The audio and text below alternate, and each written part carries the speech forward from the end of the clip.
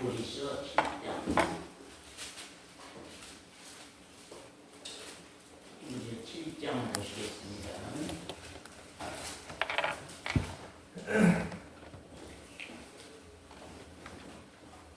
7장 21절부터 봅니다.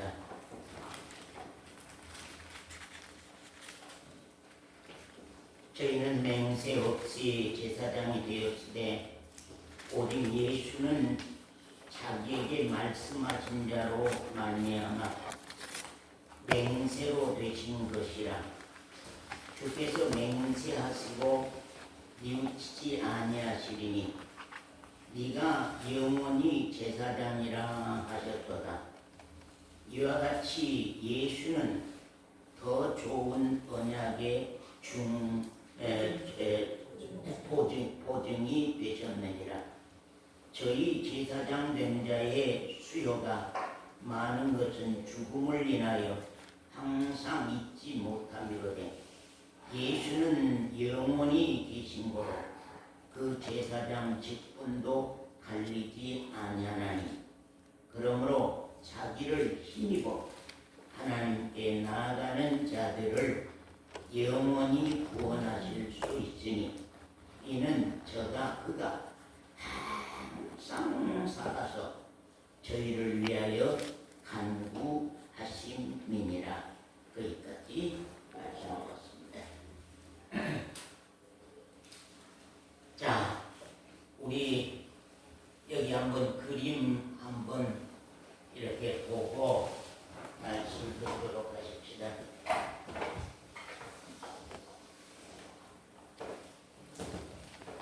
제가 오래 해서 제 말씀을 할 수가 없습니다만은 그림 다 보이죠? 그림 보입니까? 예, 그림. 자, 같이 한번 읽어봅시다. 수고하고 무거운 짐진 자들아 다 십자가 아래로 오라.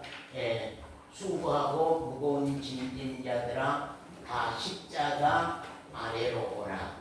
그리고는 이제 누가 올 것인가 그러면 누가 십자가 아래로 올 것이냐 그런 말입니다. 누가 십자가 아래로 온다고요? 수고하고 무거운 짐진 자들이 다 십자가 아래로 오지 수고하고 무거운 짐진 자가 아닌 자들은 십자가로 오지 아니한다는 그런 말이죠. 그 다음에 여기에 보면은 이 사람은 어떤 사람이요? 이 사람은 모르는 죄악을 알지 못한 사람, 아주 거만한 태도로 서 있지요. 제가 그림을 잘 못 그려서 이게 여러분에게 그렇게 설득력이 있는 그림이 될란가 모르겠습니다만은 아무튼 저 마음이 아주 급해서 그림이라도 좀 그려서 이해라도 시켜보자. 어찌하든지 생명을 살려야 되기 때문에요. 어찌하든지 생명을 살려야 되기 때문에 제가 무릎이 너무 아파서 이게 그림을 막 어떻게 엎드려서 그렸다 뭐 했다 했습니다만은 이거 살아야 된다 살려야 된다는 마음 때문에 이게 그림을 그렸습니다. 죄악을 모르는 자, 교만한 사람, 회개할 수 없는 사람입니다. 이 사람 무지한 사람, 회개할 수 없는 사람, 교만한 사람, 죄악을 알지 못한 사람, 그런 사람입니다. 이 사람. 그 다음에 여기 말씀 한번 읽어봅시다. 자기 죄악을 능히 깨달을 자 누구리까? 자기 죄악을 능히 깨달을 사람이 누구니까? 나를 숨은 죄악에서 벗어나게 하소서. 내가 언제 숨겨진 죄악 속에서 고통스럽고 힘들어하고 일하고 있겠습니까? 아니 그런 말입니다. 여기는 뭘 하고 있습니까? 고민하고 슬퍼하사 고민한 모습 같습니까? 고민, 죄짐, 두려움, 고통, 슬픔, 고민 이런 내용을 하고 있습니다. 여러분 생명의 문제 때문에 구원의 문제 때문에 죄를 사함받지 못하고 죄의 문제를 해결하지 못해서 여러분이 좀 힘들어해보고 고통해보고 눈물 지어보고 두려워해보고 고민해본 적이 있나요? 만약에 그런 일이 없었다고 한다고 하면은 여러분은 그리스도인이라 하기가 어렵습니다. 여기 이 그림은 무슨 그림이에요? 죄짐과 사망의 짐을 죄짐과 사망의 짐을 짊어지고 헐떡거리면서 이 죄짐을 어디에서 벗고 이 죄짐을 어디에 내려놓고 이 죄짐을 어디에서 해결 볼 것인가 하고 지금 이제 이렇게 서 있는 모습입니다. 그 다음에는 무슨 그림이에요? 죄짐을 짊어지고 어디로 가는 겁니까 지금? 십자가 밖에는 내 죄짐을 해결할 길이 없다. 십자가로 가는 것입니다. 이 그림은 무슨 그림이요? 예? 죄짐을 어때요? 등에서 내려놓고 죄짐 내려놓고 그 다음에 죄짐을 십자가에 맡기라. 그리하면 담당하시고 사하시리라. 그런 말씀입니다. 이 사람들은 무슨 사람이에요? 죄짐을 다 내려놓고 벗어버리고는 어때요? 어디에서? 십자가에서 죄짐을 다 내려놓고 죄짐을 맡기고 그러므로 십자가가 죄짐을 담당해 주시고 십자가에서 죄를 사해 주시고 이제는 나 사함 받았다고 누가 자기 이름 한번 불러보세요. 나 사함 받았다 하고 나팔을 부는 겁니다. 원래가요? 원래가 이거 원래요. 네. 원래가 나 죄짐 벗었다고 지금 나팔을 불고 많은 사람들에게 십자가를 외치고 가는 것입니다. 이게 벗은 사람들입니다. 그래서 죄짐을 벗은 사람, 사망, 저주, 정죄에서 생명으로 옮기는 그런 사람들입니다.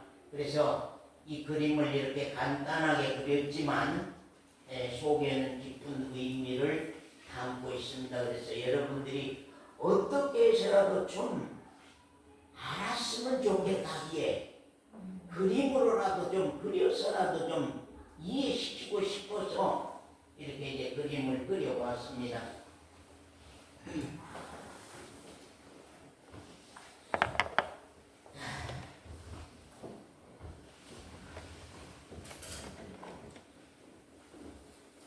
자,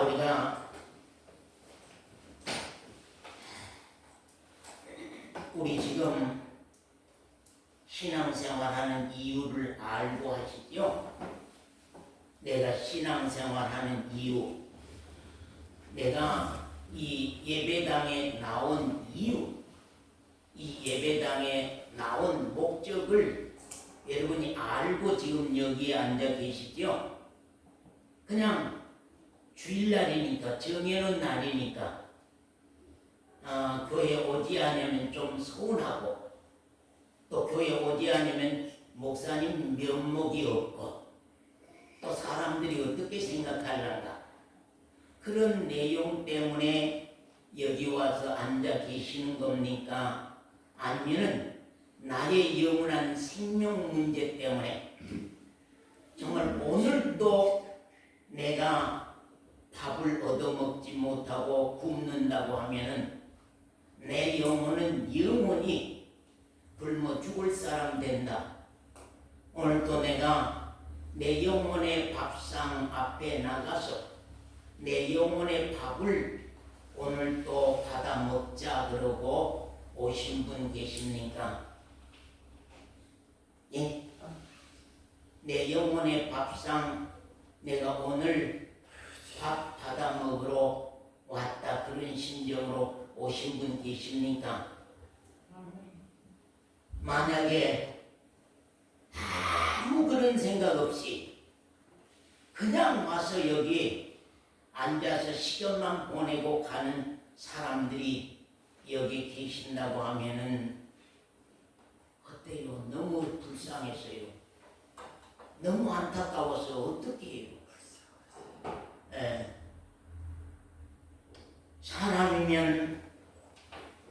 사람은 누구든지 절대 거룩하신 여호와 하나님과 관계를 맺지 아니하고는 살 수 없는 것이 우리 사람이요 인생입니다. 사람은 여호와 하나님이 창조하셨기 때문에 하나님의 지음을 입은 사람, 하나님의 지음을 입은 사람은 누구든지 하나님과 관계를 벗어날 수 없다.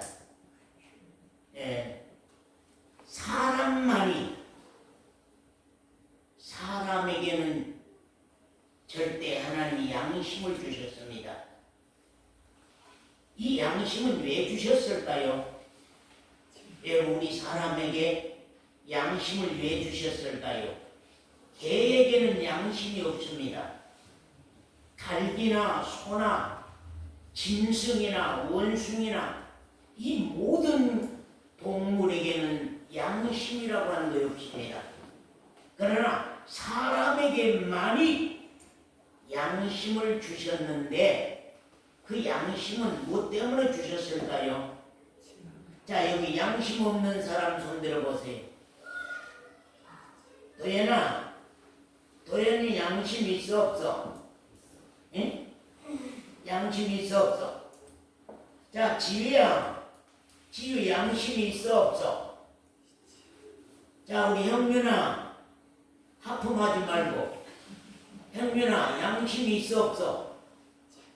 양심 없는 사람은 아무도 없는데 양심을 받고 산 사람은 양심이 있는 줄 없는 줄 모르는, 양심을 밟아버리고 양심의 소리를 무시해버리고 사는 사람, 자기 안에 있는 최고의 중요한 자기 양심을 무시해버리고 산 사람은 양심이 죽어있는 줄 살아있는 줄 도저히 알지 못하기 때문에 양심의 가책을 받지 못하고 살아가게 되는 겁니다. 그럼 양심은 왜 하나님이 우리를 지으실 때에 우리 사람에게만 양심을 주셨을까? 왜요? 자, 서원사님, 양심을 왜 하나님이 사람에게 주셨어요? 우리의 죄를 깨달으라고. 예? 죄를 알고. 예?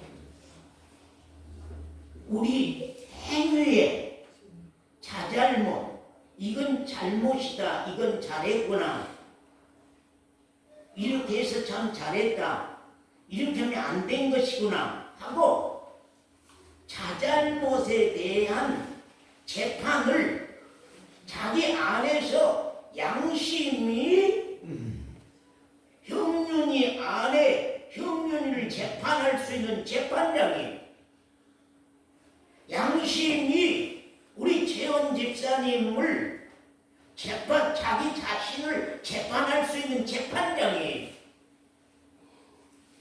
그래서 내 안에서 나의 행동거지와 나의 마음과 나의 생활하는 모든 것들을 양심이라고 하는 재판장이 늘 재판하는 것입니다. 재판하여서 어때요? 범죄했다, 네 죄인이다, 죄를 범했구나, 그건 아닌데, 그렇게 해서는 안 되는 일인데 네가 그렇게 했구나 하고 자기가 자기를 향하여서 송사하고 자기가 자기를 향하여서 꾸짖고 자기가 자기를 향하여서 책망함으로 말미암아서 선한 양심이 누구를 향하여? 하나님을 향하여서 찾아가도록, 양심이 죽어버리면은 하나님을 찾을 수 없어요. 왜? 죄를 알지 못하기 때문에, 죄악을 알지 못하기 때문에. 하나님을 찾아갈 수 있는 사람은 죄짐을 아는 사람만이, 죄의 짐을 깨달은 사람만이, 죄악을 아는 사람만이, 범죄를 아는 사람만이 하나님 앞에 나아갈 수 있는, 하나님을 찾아갈 수 있는 정말로 길을 하나님께서 우리의 양심을 주셨습니다. 양심이 있는데도 아직까지 나를 책망하지 못하고, 나를 꾸지람하지 못하고, 나를 회초리질을 하지 못하고, 그저 나만 높이고, 나만 자랑하고, 나만 높아져서 섬기고 있다고 하면은 그 사람은 종교인밖에는 안 됩니다. 그리스도인은 절대 될 수가 없습니다. 생명받은 신앙은 절대 할 수가 없습니다. 양심을 무시하거나 양심을 또는 버리거나 양심의 소리를 듣지 않으면 하나님을 찾아가서 죄를 사함받고 영원한 생명의 길로 갈 수가 없어요. 그렇기 때문에 성경은 선한 양심이 하나님을 향하여서 찾아가는 것이다 그런 말이에요. 선한 양심이 살아있는 사람은 하나님을 향하여서 찾아갈 수밖에 없고, 회개하여서 하나님을 향해서 찾아갈 수밖에 없는 것입니다.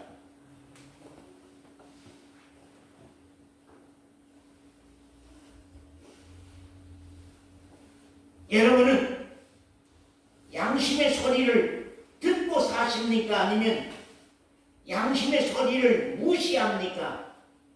아니면 양심의 소리라도 있습니까? 양심의 소리 있어요? 형진아, 형진이 양심의 소리가 있어요? 양심이, 아이고 친구들은 그렇게 해도 너는 그렇게 하면 안 돼. 엄마가 그거 원치도 안 하고 아빠가 그거 원치도 안 해. 하나님이 그거 원치도 안 해. 왜 믿지 아니한 사람 친구가 하는 짓을 니도 해야 되냐? 자기 안에서, 형진이 안에서, 형진이 자신을 향하여서 자기 양심이 형진이 자신을 책망하고 형진이 자신을 가르칠 줄 아는 살아있는 사람, 그 사람 살아있네. 아, 형진이 살아있구만. 아, 서관장님 살아있더만. 아, 이권자 살아있네. 아, 양성도 살아있구만. 양심을 지킬 줄 알더라고. 살아있더라고, 그 사람. 양심이 살아있어서 거울이 돼서 나를 보여주고, 나의 어리석고 더럽고 추하고 사망 아래 있는 내 자신을 정말 구원해 주시옵소서 하고 양심이 하나님을 찾아가는 것입니다. 그 거울이 돼서 나를 보여줘서 나로 하여금 두 손발 들고 회개하여 하나님으로 돌아가게 하는 것이 우리 양심 있는 능력입니다. 인생은 누구든 하나님과 관계를 맺고 있습니다. 부인하든지 하나님을 부인하든지 하나님을 부인하지 아니하든지 간에 하나님 신 앞에서 절대 인간은 하나님이라고 하는 그분을 떠날 수가 없습니다. 그분 앞에서 숨을 곳이 없습니다. 그분 앞에서 장난질 할 수가 없습니다. 신 앞에 사람은 노출되어 있습니다. 사람은 신 앞에 노출되어 있습니다. 왜? 하나님 신이 사람을 지으셨기 때문입니다. 그러므로 죄악은 하나님 앞에 더더욱 용서받지 않으면 안 되는 것이요. 죄는 더더욱 사함받지 아니하면은 영원한 천국으로, 영원한 하나님의 영광으로 들어갈 수가 없는 것이요. 지옥 형벌을 받지 않으면 안 되는 것입니다. 사람은 누구든지 일생 동안의 죄악이 하나님 앞에 자기 죄가 인정이 되고 자기 죄가 시인이 돼서 정말로 회개가 일어나서 사랑받지 아니하고는 안 된다는 사실을 우리 각자가 마음 가운데 깨달아 알고 있어야 됩니다. 사람은 죄를 사함받지 아니하고는 안 되구나. 하나님과 나 사이에서 하나님의 절대자의 신과 하나님과 나 사이에서 죄 사함받지 아니하고는 살아갈 수가 없구나. 하나님 앞에 죄 사함받지 아니하고는 그 죄의 형벌을 지옥의 형벌로 받을 수밖에 없구나 하고 우리 각자가 자신을 깨달아야 할 것입니다. 구약시대 사람들도 죄악 때문에 죄악 문제를 해결받고 살고자 원했고, 또 신약시대 현재 지금 우리 시대 우리 사람들도 역시 죄의 문제를 해결받고 살아야 한다는 것은 구약시대 사람이나 신약시대 사람이나 똑같습니다. 아직도 죄의 문제에 손가락 하나도 손댄 일이 없는 사람이 여기 있다면, 나의 죄의 문제 때문에, 나의 죄의 문제에 손가락 하나도 손대지 아니한 일이 있다면 큰일입니다. 나의 죄의 문제가 아무 심각성이 없는, 내 죄의 문제에 대해서 아무 심각성이 없이, 나의 죄의 문제에 대해서 하나님 앞에서 아무 심각성 없이 그냥 교회만 왔다 갔다 하면은 이건 큰일입니다. 오늘부터는 좀 자기 죄의 문제를 한번 그냥 넘어갈 것이 아니라 생각도 해보지 아니하고 지나갈 것이 아니라 이제는 좀 먼저 죄 문제부터 해결받아야 하겠다는 그런 결정적인 마음들이 본인에게서, 본인을 위해서, 본인의 구원을 위해서, 본인의 영생을 위해서, 본인의 영원한 생명을 위해서 일어나요. 구약시대나 신약시대나 오늘 우리 시대나 죄악을 해결하는 문제는 방법이 똑같습니다. 구약 때도 어디에 나가야 돼요? 예? 구약 때도 어디에 나가야 돼요? 십자가 앞에 나가야 되고, 신약 때도 어디에 나가야 돼요? 십자가 앞에 나가야 돼요. 십자가는 우리 죄의 문제를 해결해 줄 수 있는 유일한 하나님의 절대적 약속이요, 하나님의 절대적 언약입니다. 십자가 없이는 구약 때도 생명을 받은 사람 한 사람도 없었고, 신약 때도 십자가 없이는 구원을 얻은 사람 생명을 얻은 사람은 아무도 없었어. 구약시대 죄를 해결하는 것은 십자가의 모형인 뭐예요? 성전뜰에 뭐가 있어요? 성전뜰에 뭐가 있어요? 예? 성전뜰에 뭐가 있었어요? 십자가의 모형. 구약 때는 그거 십자가였어요. 그게 뭐였어요? 성전뜰에 뭐가 있어요? 번제단이 있었잖아요. 번제단. 죄를 범한 사람이 그 죄를 내가 지었다고 깨달음이 왔을 때에 흠 없는 양이나 염소를 준비해서 그 번제단에서 그 양을 잡고 송아지를 잡고 염소를 잡아서 자기 죄를 속함받고 정말로 돌아와서 생명을 유지하고 살았던 것이 구약시대의 이스라엘 백성들의 하는 일이었다고 하는 사실입니다. 정말로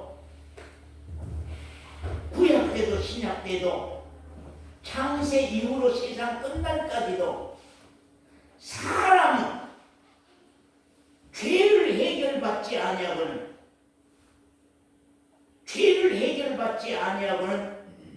하나님 앞에 영원한 생명을 얻을 수 없고 영원히 살 수 없는 것입니다. 그러면 우리가 구약시대 말씀을 구약시대 죄 사함을 받고 사는 사람들의 삶을 우리가 한번 돌아보십시다. 구약성경 옛날에도 몇 번 설교 많이 했습니다. 레위기서 4장 많은 말씀이 있습니다만은 대표적인 말씀이 레위기서 4장 27절 이하의 말씀이기 때문에 제가 레위기서 4장을 언제나 말씀을 드립니다. 4장 27절입니다. 만일 평민의 하나가 여호와의 금령 중 하나라도 여호와께서 그렇게 살지 말아라, 그런 마음을 먹고 살지 말아라, 그런 행동대로 살지 말아라, 그런 법대로 살지 말아라, 그런 삶으로 살지 말아라. 아내에게는 어떻게 행동해야 되고 자식에게는 어떻게 행동해야 되고 교회에서는 어떻게 행동해야 되고 이웃 간에는 어떻게 살아야 되고 남의 것은 어떻게 해야 되고 하는 그런 모든 삶의 지표가 율법과 율례, 율법서 속에 기록되어 있는데 그 율법에 기록된 자기 양심에 가책된 그 죄를 깨우침을 받거든. 그런 말. 만일 평민의 하나가 여호와의 금령 중 하나라도 부지 중에 범하여 허물이 있었다가 그 범한 죄에 대해서 어떻게 되면요? 깨우침을 받거든. 자, 깨우침 받으면 자, 김강계 집사님, 죄를 깨우침을 받고는 가만히 있으면 돼요, 안 돼요? 예? 예? 가만히 있으면 돼요, 안 돼요? 아, 이건 죄네. 아, 이건 내가 죄를 범했구나. 아, 이건 내가 잘못된 생활을 했구나. 잘못된 행위를 했구나. 그러고 그냥 멈추면은 됩니까? 안 됩니까? 절대 안 됩니다. 절대 안 됩니다. 여러분들이 지금 죄가 힘이 다 안 되노니까 죄가 다 힘이 안 되노니까 여러분들이 십자가라고 하는 사건이 나에게 어떠한 놀라운 사실을 이루어주는지를 우리가 지식으로는 다 알고 있지만 그 사실 생명적인 문제에 가서는 믿음이 없는 거거든요. 아멘. 십자가에 대한 믿음이 없어요, 여러분에게. 지식으로는 다 이해하고 있는 거예요. 지식으로는 알고 있는 거예요. 그러나 십자가가 자기에게 생명을 주기까지 하는 놀라운 이 사실의 역사가 각 개인에게 일어나야 되는데 그게 안 일어나고 있으니까 우리 양성도님이 일생 동안 범죄하고 살았으면서도 그거이 자기에게 두려움도 안 되고 힘이 안 되다 보니까 이 짐을 풀어야 되는데 이 짐을 벗어야 되는데 이 짐을 어떻게 할고 이 짐을 어떻게 해결할고 하는 걱정, 근심, 두려움이 없는 거예요. 우리 교회 성도들이 그래요. 그런 사실 앞에 있어요. 그게 문제예요. 근데 구약 시대든지 지금 우리 시대든지 누구 시대든지 간에 깨우침을 받았으면 그만 내가 범죄했구나. 근데 중요한 건요, 양심이 죽어버리면 문제예요. 말씀도 말씀이지만 양심이 죽어버리면 자기 행위를 어때요? 예? 그냥 옳대요. 자기가 하는 짓에 대해서 다 그렇게 사는데 다 그렇게 살아가고 있는데 나만 꼭 그것을 문제시해야 되느냐? 우리 양성도님이 사람들에게 거짓말했다고 하는 그것이 나는 거짓말했구나.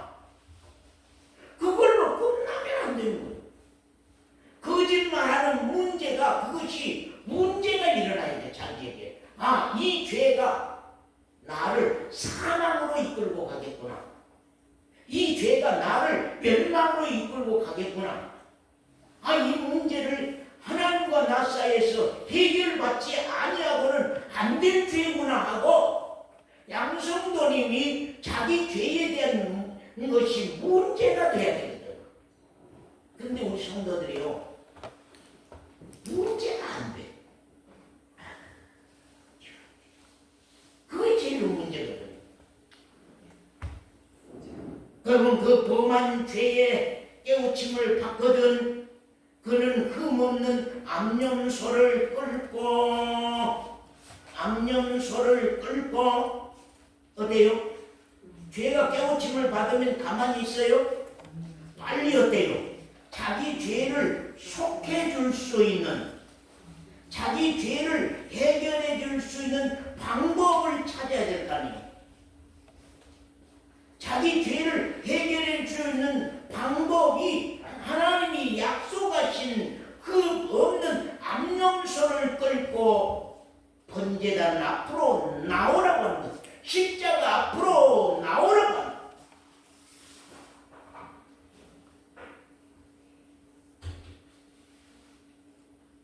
그리고는 그 속죄제 번제의 머리에 그 염소, 암염소 머리 위에 도연아, 누가 그 머리 위에 손을 얹고 안수해야 돼요?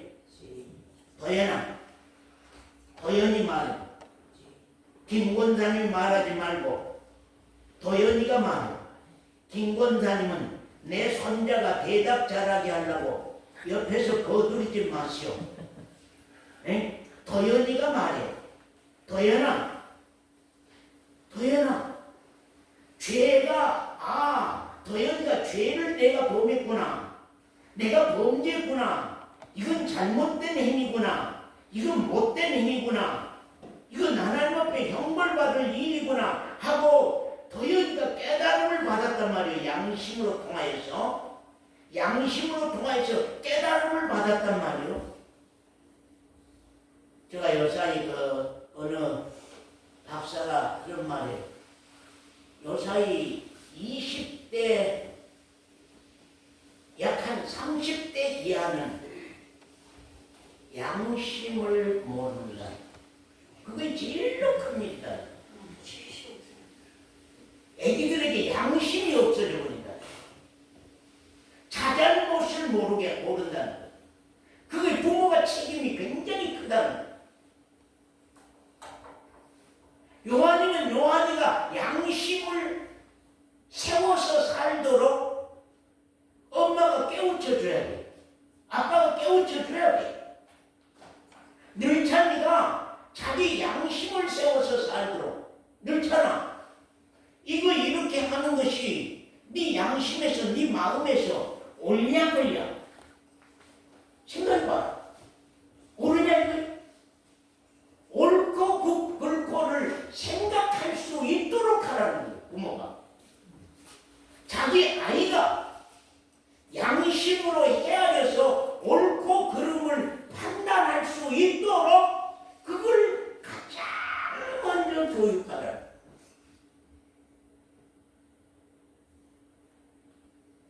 어디 그럽니까? 내 자식이 하는 건 다 좋아.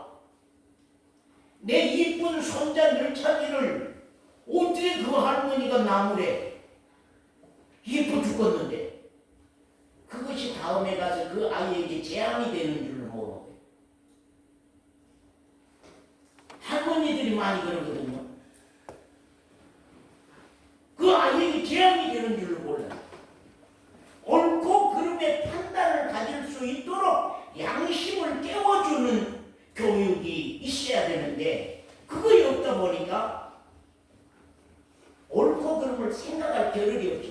내가 하고 하는 것은 다 옳은 거예요.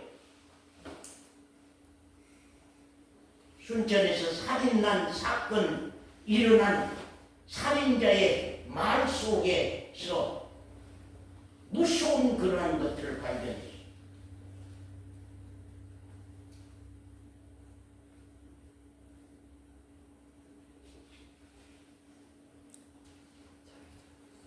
암염소, 내 죄를 씻김 받을 수 있는, 내 죄를 속함 받을 수 있는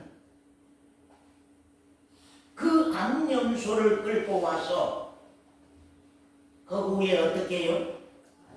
안수한다. 그 왜 안수해요? 왜 안수해요? 내 죄를 어때요? 그 염소에게 씌우는 겁니다. 미안하다만 내 죄 좀 가져가거라. 내가 지은 죄 때문에 내가 죽을 수 없고, 내가 지은 죄 때문에 내가 죽을 수 없고, 나 대신 아무 죄 없는 염소야, 네가 대신 죽었다고. 그것이 하나님이 내리신 약속의 방법입니다. 죄 지을 때마다 우리가 번배판이 되고, 죄 지을 때마다 잘못된 소리를 들었다고 규범쟁이가 되어버리고, 내가 남을 하나 때렸다고 해서 그냥 번배판이 되어버리고, 내가 발로 누구 찼다고 해서 발이 버텀발이 되어버린다고 하면은 어떻게 되겠어요? 하나님께서 지었다 한달지라도 하나님의 방법대로, 하나님의 언약의 방법대로 암염소를, 죄 없는 암염소를 끌고 와서 그 염소 머리에 안수해라.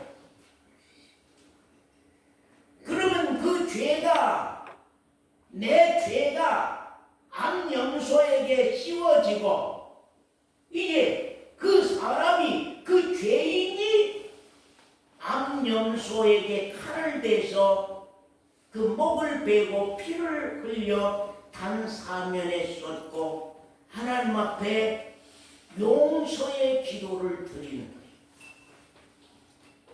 아, 내가 이렇게 잘못했구나. 거기 레위기 5장 5절 말씀 다 한 목소리 읽습니다. 자, 한 목소리 읽습니다. 5장 5절. 5절입니다. 같이 보십시다. 시작. 이 중에 하나의 허물이 있을 때에는 아무 일에 분과하였노라. 자복하고. 그 말입니다. 뭐 해야 돼요? 자복하고. 그 어린 양 앞에 스스로 자기 죄를 아뢰는 겁니다. 고하는 겁니다. 내가 이런 죄를 지었노라. 이런 죄를 네가 뒤집어 써다오. 내가 이런 죄를 범했노라. 네가 이러이러한 죄를 정말로 짊어져 다오. 짊어져 다오. 그러면 그 없는 어린 양은 죄 없는데 도연이 때문에 그 양은 죽어야만 되는 거죠. 그것이 하나님이 우리에게 구원의 약속의 첫 번째 단계의 길입니다. 그래서 성경은 제가 항상 그러죠. 씻는다고 하는 말이 없다고. 죄를 씻는다고 하는 말이 없어. 죄를 깨끗이 씻는다는 말이 없고 전부 다 속한다, 구속한다, 대속한다. 그런 말. 이거 마이크 벗으면 안 돼? 아이고 머리가 너무 아파. 그 속이란 말은 무슨 말이에요? 속이란 말 무슨 말이에요? 예? 바꿀 속자다고 그랬잖아요. 바꾸어서 구원해낸다. 바꾸다. 나 죄는 저쪽 사람에게 나 죄는 예수 십자가에다가 맡기고 내려놓고 십자가에다가 내려놓고 내 죄는 십자가에다 내려놓는 내 죄는 어린 양에게다가 뒤집어 씌우고 양이 죽음으로 통하여서 자기 죄를 하나님 앞에 속함받고 자복하고 회개하고 속함받고 돌아오는 것이 구원의 첫 번째 일이라고 하는 것을 우리는 이 말씀 속에서 생각해야 됩니다. 신약시대에도 십자가가 있습니다. 죄악을 십자가에서 해결한다는 것 우리는 다 알고 있습니다. 죄악을 십자가에서 해결해야 된다. 십자가에서 해결해야 된다고 하는 것을 다 알고 있지만 누가 과연 그 십자가 앞에 그 죄가 짐이 돼서 그 죄짐을 짊어지고 십자가 앞에서 나가서 자기 죄를 풀어놓을 사람이 누가 있느냐?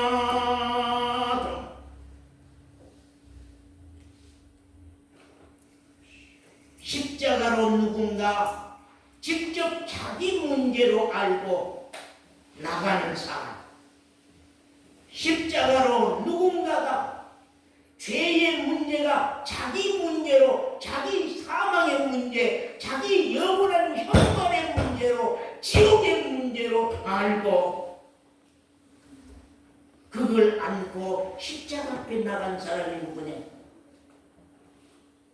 아까 레위기서 4장 27절 말씀에도 보면 허물이 있었구나, 내가 범죄했구나, 내가 죄인이구나, 내가 범죄했구나, 내가 죄인이구나, 내가 범죄자구나. 그래서 자복이란 말이 있습니다. 자복이란 말은 스스로 자자 옷복자, 자기가 고백으로 통하여서 죄의 옷을 벗는다는 뜻입니다. 내가 회개로 통하여서 나의 죄의 옷을 벗어서 십자가 앞에 던진다 그런 말입니다. 자복이란 말.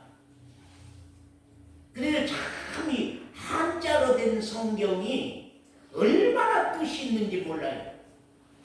오늘 별별 뭐 이런 성경이 나오고 저런 성경이 나오고 이런 성경이 나오고 근데 다 그것은요 아니.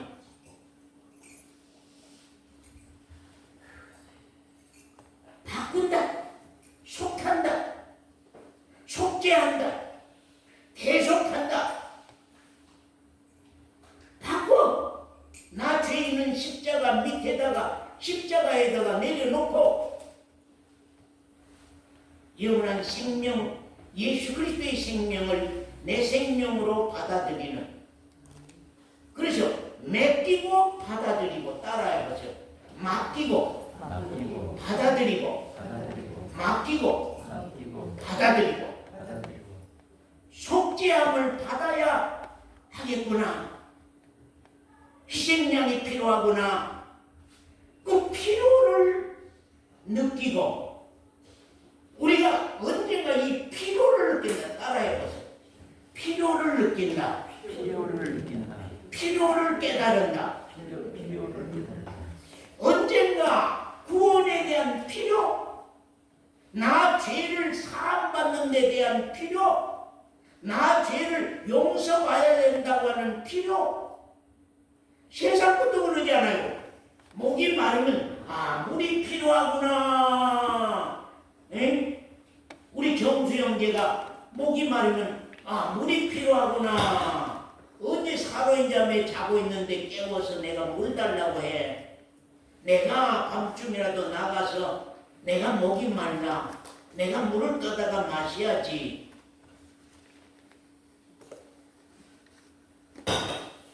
모든 것이요. 작아지고 가난해질 때, 목마를 때, 없을 때, 현미 자매의 그 심정이 필요를 느끼는 간절함이 일어나는 거거든요. 혜지 자매의 그 감정이, 심정이 없구나. 구원이 없구나. 내가 죄 사함을 받지 못했구나. 죄의 문제를 내가 해결하지 못했구나. 왜?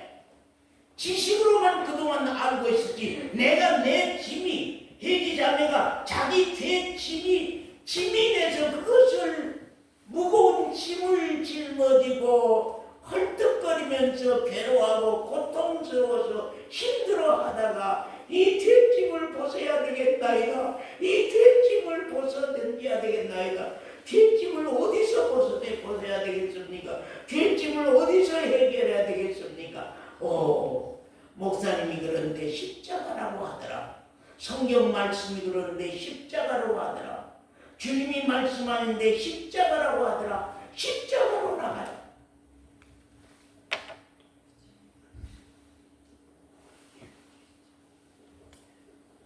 성경 다 같이 마태복음 11장 28절에서 29절 한번 읽겠습니다. 자, 같이 찾으셨어요? 자, 같이 마태복음 11장 28절에서 29절 말씀. 자, 다 찾으십시오. 함께 큰 목소리로 함께 도연아, 지휘야 다 찾았지요? 형진아, 형준아 다 찾았지요? 자, 시작. 가로되 수고하고 무거운 짐진 자들아 다 내게로 오라. 내가 너희를 쉬게 하리라. 나는 마음이 온유하고 겸손하니 나의 멍에를 메고 내게 배우라. 그러면 너희 마음이 쉼을 얻으리니. 됐습니다. 수고하고 뭐요? 무거운 짐진 자들아 다 내게로 오라. 수고하고 무거운 짐진 사람들아 다 나에게로 오너라. 십자가 밑으로 오너라. 멍에를 메고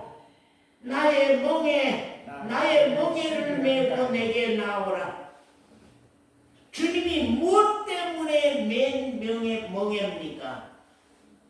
나의 멍에, 주님의 멍에를 내가 매는 것입니다. 주님이 무슨 멍에를 맸습니까? 나의 죄 때문에 십자가 멍에를 맸지 않습니까? 나의 죄 때문에 십자가 멍에를 메고 십자가에서 죽으시지 않습니까? 그 멍에를 니도 메라. 죄의 짐의 멍에를 메고 내게 나오라는 것입니다. 내가 맨 죄짐의 멍에를 니도 네 죄짐의 멍에를 메고 내게 나오너라. 나도 내 죄짐 멍에를 메고 십자가로 나오라. 너도 네 죄짐의 멍에를 메고 십자가로 나오라. 따라 한번 읽어보시오. 나도 죄짐의 멍에를 메고 십자가로 나오라. 예, 십자가로 나오라. 문제는 무엇입니까 지금?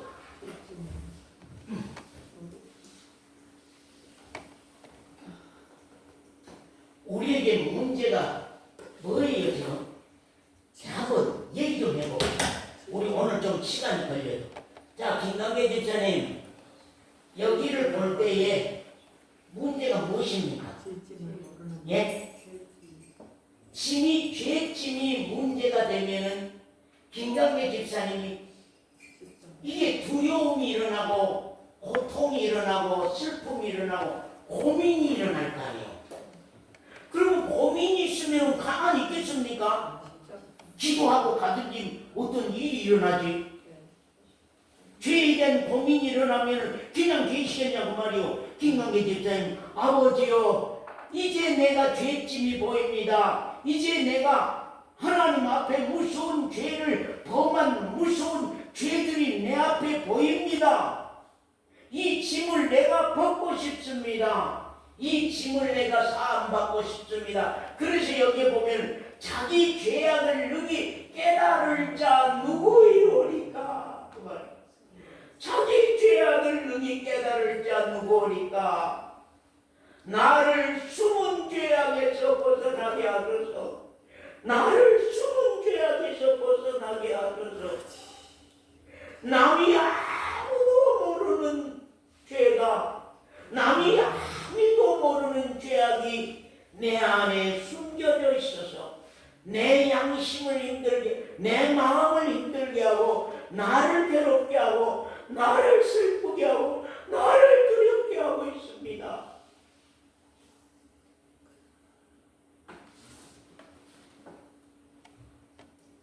신이 되는 사람이 있고 신이 안 된 사람이 있어. 신이 안 된 사람은 죄를 몰라. 제가 참 늘 옛날에 세례 베풀면서 제일로 가슴 아픈 건 죄를 모르는 사람. 죄를 몰라요.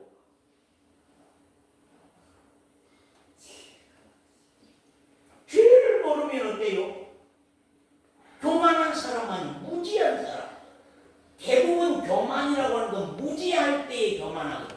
무지한 사람이 교만한 거예요. 맞아. 무식해. 너무 무식해. 대학을 나와도 무식해. 박사 이름을 가져도 무식한 사람이 있어요. 무지해. 그런 사람은 교만한 사람이거든. 회개할 수 없어요. 회개가 안 돼요. 죄를 모르는데 무슨 회개가 되겠어요?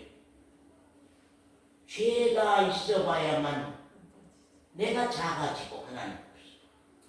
죄를 알아야만 내가 가난해지고, 죄를 알아야만 내 심령에 애통이 일어나는 것이지. 죄를 알지 못하면. 그러나 이민숙 자매가 죄가 짐이 돼야 되는데 짐이 되면 어때요? 벗고 싶어 할 거 아니요. 이거 언제까지 이 힘든 이것을 짊어지고 다녀? 정 권사님이 언제까지 이 힘든 것을 짊어지고 다녀? 하나님 하나님 나라에는 다 벗은 자들만 들어가는 것인데 정권사님이 아직도 기도해보면 기도 가운데 그 짐을 벗지 못하고 자유하지 못하고 있다고 하면은 이거 어떻게 되냐고 말이야. 며칠 전에 장모님과 식사하면서 얘기를 하는데 이 십자가 전에는 아무것도 없는 거요. 십자가 후에 일어난 은혜들은 얘기하는데 십자가 앞에는 뭐가 있느냐, 뭐가 있어야 되냐고 말이요. 응? 뭐가 있어야 되냐고 말이요.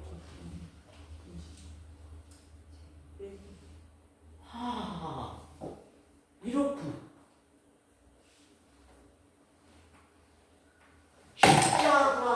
십자가로 가는 사람들이 누구냐? 십자가로 가는 사람은 누구예요? 왜 김권사님이 십자가로 안 갑니까? 이 권사님은 왜 십자가로 안 갑니까? 정 권사님은 왜 십자가로 안 갑니까? 죄에 대한 그것이 짐이 안 된 거예요, 자기에게. 그러니까 수고하고 무거운 짐이 안 돼, 죄가 수고롭지를 해. 무거운 짐이 안 돼. 이거 견딜만 해. 말씀이 뭐 지옥 간다고 하는 말씀이 써있지, 뭐 내가 뭐 이 죄의 문제 해결 안 한다고 해서 내가 뭐 지옥 가 이렇게 교회를 다녔는데 내가 지옥 가? 정권장님, 내가 지옥 가요? 이렇게 교회를 많이 다녔는데 내가 교회를 수십 년 다녔는데 내가 지옥 가? 그런 말 하지 말아. 네가 지옥 가냐? 지옥 가요?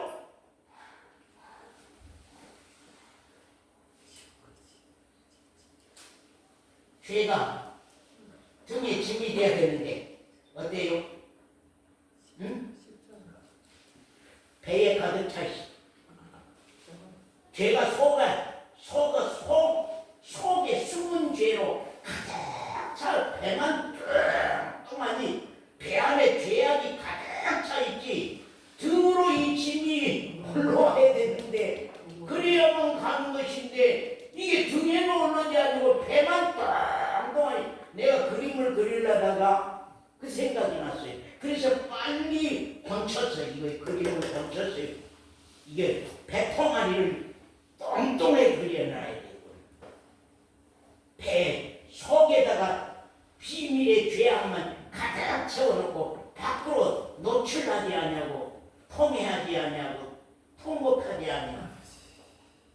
그런데 이 사람은 죄의 짐이 두려움이 일어났어요. 왜냐하면 죄값은 사망이잖아요.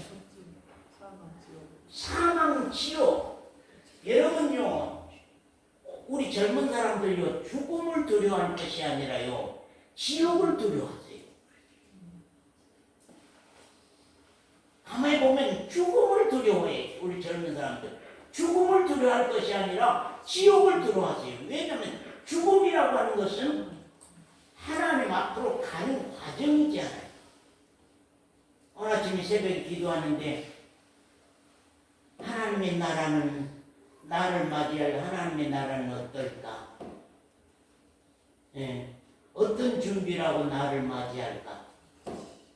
어떤 천사들이 나와서 나를 마중 나올까? 예. 하나님 보좌 앞에 내가 아들로 설 때에는 어떤 영광이 나에게 있을까? 그런 막 감격이 막 이 가슴에 일어나면서 세상은 헛되고 헛되며 헛되고 헛된 것들인데 다 아무것도 아닌 것인데 언제까지 우리가 이것 붙잡고 이것에게 붙들려서 영원한 문제, 죽음 이후는 영원이요. 영원이요. 이게 이 고민하면 이제 어떻게 했어요? 서원사님 이렇게 이게 짐을 짊어 이러다가 어떻겠어요 이게? 벗으려고는. 아 이거 아니구나. 홀딱 일어나는 거예요. 이 침을 짊어지고 홀딱 일어나. 아 이러고만 있어서는 안 됐구나. 이게 홀딱 일어나서 가자. 하나님의 약속의 말씀이 있지 않느냐. 선지자들이 증거하는 복음이 있지 않느냐. 예? 우리가 그 말씀, 약속의 말씀, 언약의 말씀을 쫓아서 십자가로 가자. 이건 하나님이 우리 인간들을 하늘의 생명으로 유일하게 구원하는 방법과 구원하는 길이 바로 십자가예요. 짊어지고 와서 십자가 밑에 죄짐을 내려놓지 않아요. 내려놔. 십자가 짐을 내려놔. 그래서 죄짐을 내려놓고 맡기라. 믿음으로 맡기라는 거예요. 믿음이란 뜻이 뭐예요? 의지한다, 맡긴다, 주권을 넘겨드린다. 그런 말 많이 했잖아요. 그래서 내려놓고 얘 죄짐을 풀어 내려놓고 십자가에 내려놓고 죄짐을 십자가에다 여기야 맡겨라. 응? 혜지야, 네 죄짐을 십자가에다 맡겨라. 그런데 너 죄짐 있는가? 응? 죄짐 내가 있는가? 이게 죄가 짐이 돼서 한번 한 시간의 기도들이 일어나야 될 거예요, 아니에요?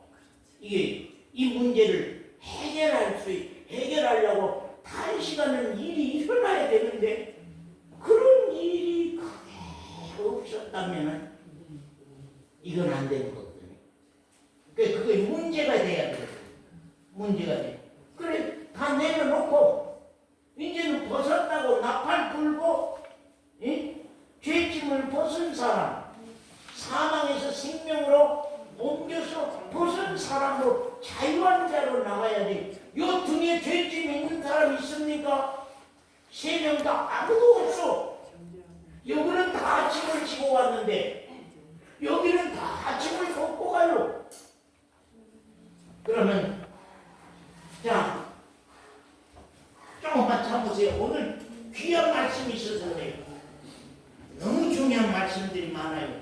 우리 본문으로 돌아가서요. 히브리서 7장.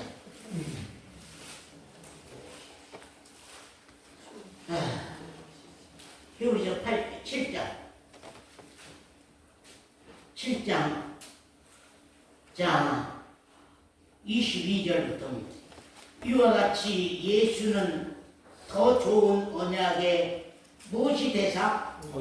보증이 되사 저희 제사장 된 자의 수요가 많은 것은 죽음을 인하여 항상 잊지 못함이로되 예수는 영원히 계신 거로 영원히 계시 안 계세요? 예수 그리스도는 영원히 하나님의 보좌 우편에 하나님 아들로 영원히 계십니다. 영원히 계신 거로 그 제사 직분도 갈리지 아니하나니 영원토록 제사장이요. 그러므로 자기를 힘입어 하나님께 나아가는 자들을 온전히 구원하실 수 있으니 이는 그가 항상 살아서 저희를 위하여 간구하심이니라. 거기까지 한번 보십시다. 자, 여기 보세요. 나를 보세요. 영원한 대제사장.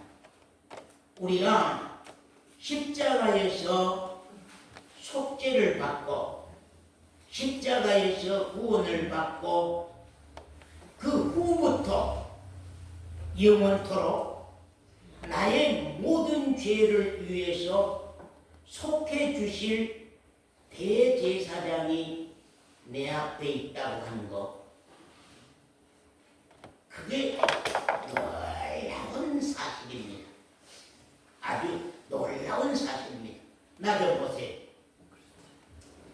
이스라엘 백성들이 해지자매 이스라엘 백성들이 부지 중에 이웃 사람을 죽였어요. 부지 중에 이웃 사람을 죽였는데 부지 중에 내가 고의적으로가 아니고 부지 중에 지금도 고의적인 죄라고 하는 것 내가 이것이 죄인 줄 이건 무서운 나쁜 죄인 줄 알면서도 그래서 고집이라고 하는 것이 왜 무서운 죄냐면요. 그걸 알면서도 항상 그래서 습관이 회개돼야 된다.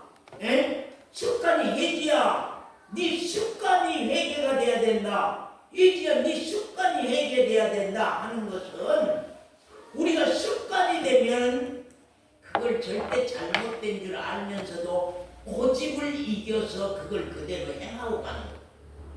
그것이 참 큰 문제거든요. 참 문제라요.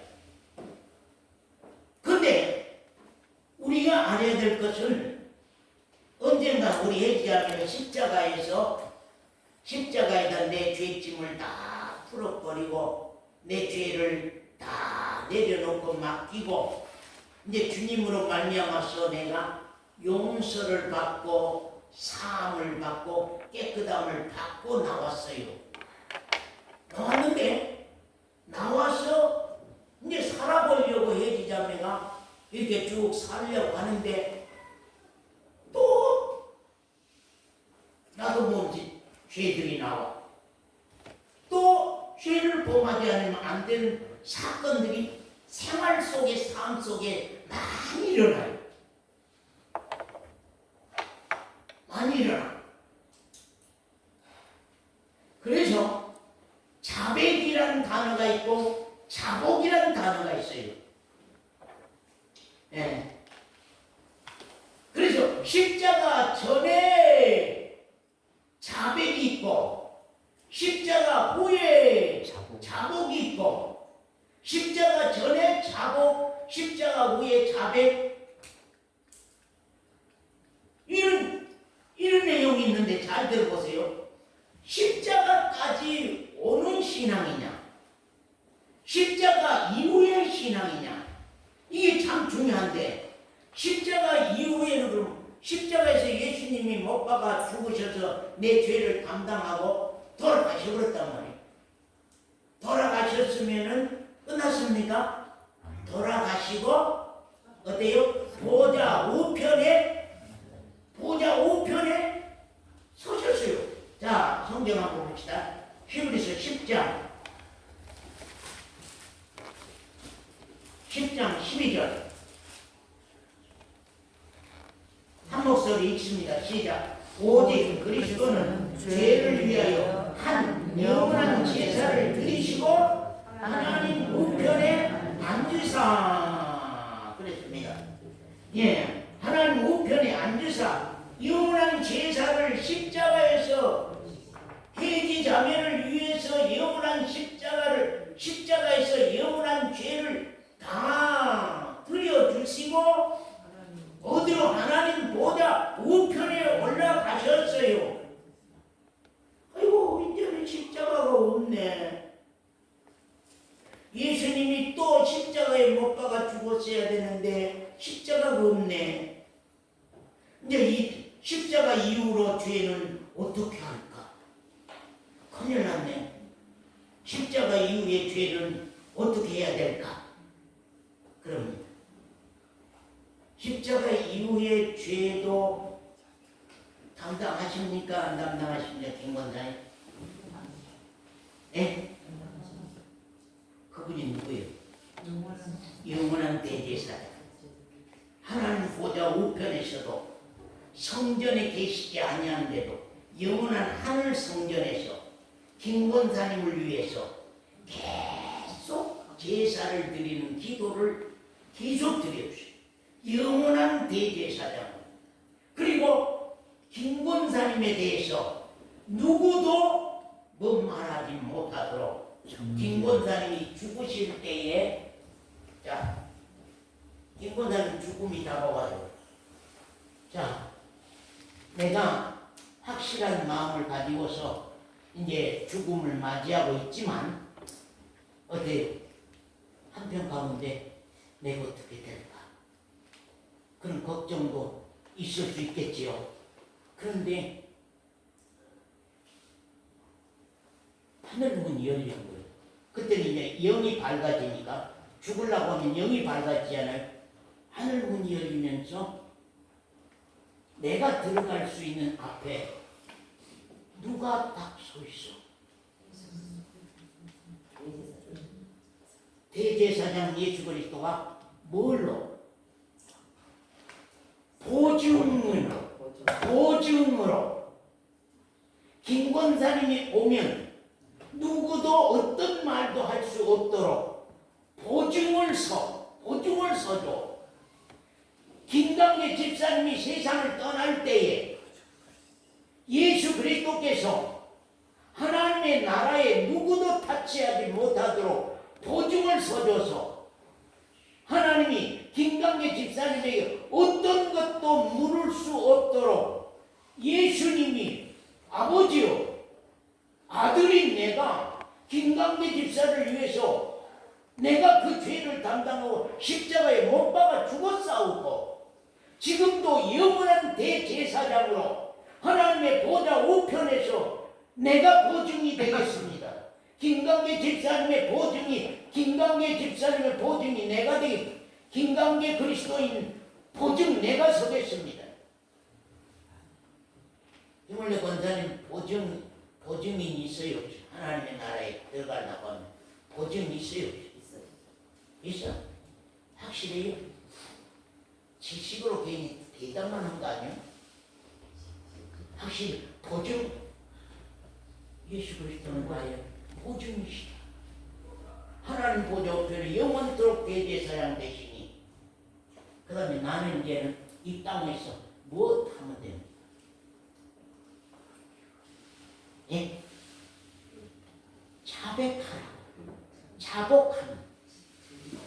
자복하는 죄라고 하는 걸 알게 될 때 우리 그리스도인들은 고의적으로 지은 죄는 범하면 그것은 크게 한번 하나님 앞에서 그건 문제가 일어나요. 처리가 돼야 돼요. 무서운 징계를 맞아야 돼요. 내가 알면서도 그 일을 해서는 안 될 걸 알면서도 알고 고집스럽게 고의적으로 행했다면 그 죄의 문제에 대해서 하나님 보좌 앞에 서기 전에 무서운 징계의 매로 회초리로 나를 쳐서 내 다리가 부러져서 걷지 못하게 하든지 어떤 사건이 일어나요. 그런데 죄를 지은 줄 모르고 죄를 짓고 왔다가 죄가 드러났어요. 그럴 때는 어때요? 자백하는 회개로 들어가야 돼요. 제가 항상 그런 말 했죠. 자, 눈이 파랗다. 여기 모닥불을 마당에다 피워놓고 양선도님 모닥불 마당에다 모닥불을 활 피워놓는데 눈이 한없이 쏟아져요. 이 눈이 불을 덮어서 불을 끄겠구나 하니까 쳐다보니까 어때요? 눈이 그렇게 오는데 눈이 모닥불이 안 쌓여. 눈이 모닥불이 안 쌓여. 모닥불 가까이 오면 다 녹아 없어져 버려. 다 녹아 없어져 버려. 예수 그리스도께서 왜 제가 영원한 대제사장 하나님의 보좌 우편에 영원한 대제사장이라는 말을 왜 그렇게 하냐면 계속 하나님 보좌 우편에서 나를 위해서 제사 드리는 강구를 하세요. 예. 계속 강구해 주시고 가. 그러면서 내가 하나님의 나라에 들어가려고 할 때 그 문에서 좁은 문에서 하나님의 나라에 들어갈 때 좁은 문에서 주님이 마중 나와서 보증으로 설까요? 천사장이 나와서 보증으로 설까요? 주님이 나와서 보증을 서. 천사장은 이 땅으로 와서 데리고 가지만 주님은 하나님 보좌 앞에 나의 보증으로서 얼마나 철두철미하게, 응? 얼마나 이게 철두철미하게 물샐 틈 없도록 우리 죄 때문에 형벌받고 심판받고 지옥까지 아니하도록 얼마나 철두철미하게 또 그물을 치고 또 그물을 치고 또 그물을 치고 고기 한 마리 새 나가지 못하도록 하는 것과 같이 주님이 그렇게 하셨네요. 중요한 문제는 이 사건만 여러분에게 있다면,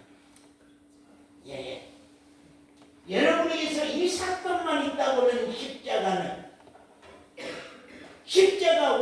이후의 일은 그분은 보증으로 영원한 대제사장으로 내가 죽을 때까지 죄를 지었다 한다 할지라도 모닥불 위에 문이 파묻혀도 거기에 쌓이지 않은 것처럼 우리 죄는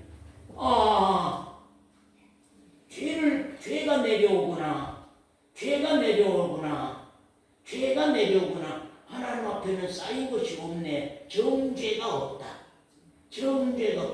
쌓인 것이 없네. 죄가 내려오네. 죄가 하나님 앞에는 없네. 죄가 내리네. 죄가 없네.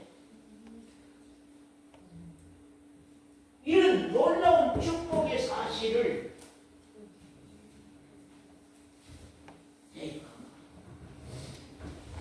여러분이 아시는가 하는 사실입니다. 이 말씀만 보고 읽고 마치겠습니다. 자, 요한일서 1장 8절입니다. 8절 같이 보십시다. 만일 우리가 죄 없다 하면 스스로 속이고 또 진리가 우리 속에 있지 아니할 것이요 만일 우리가 우리 죄를 자백하면 저는 미쁘시고 의로우사 우리 죄를 사하시며 모든 불의에서 우리를 깨끗게 하실 것이요 그런 말입니다. 자백하면은 스스로 자자 힘백자예요. 내가 회개하는 자복만 하면 휘어졌어 벌써. 왜? 영원한 대제사장이 있기에. 영원한 대제사장이 있기에. 십자가 이전이고 십자가 이후고도 다 회개로 통하여서만이 신앙은 온전케 되고 이루어진다고 하는 것을 우리는 잊어버려서는 안 된다는 것을 여러분이 아시기 바랍니다. 아멘. 기도하겠습니다.